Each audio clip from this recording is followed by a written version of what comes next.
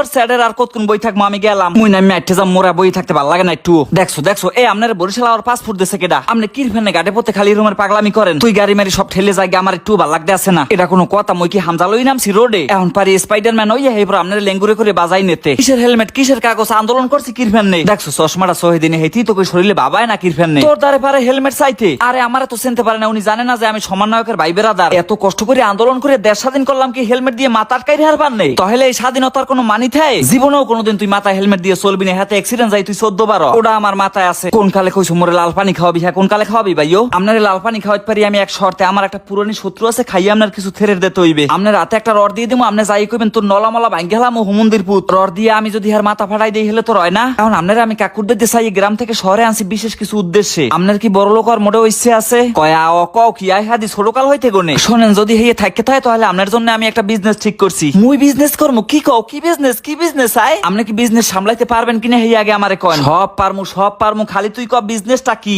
আপনি এলাকায় বই খালি নিরিবিলি গাঁজা বেচবেন। আস্তাক ফিরুল্লাহ কও কি আই? আমার কথাটা একটু বোঝার চেষ্টা করেন। দেশের প্রশাসন বর্তমানে রয়েছে সব জিমডি খাইয়া। চাইরুদিকের মালামাল চাইরুদিকে পাচার হইতে আছে, কেউ ডাক কেউ জিগায় না। মাদক ব্যবসায়ী চলতে আছে বর্তমানে রমরমা ব্যবসা। তাহলে মোরা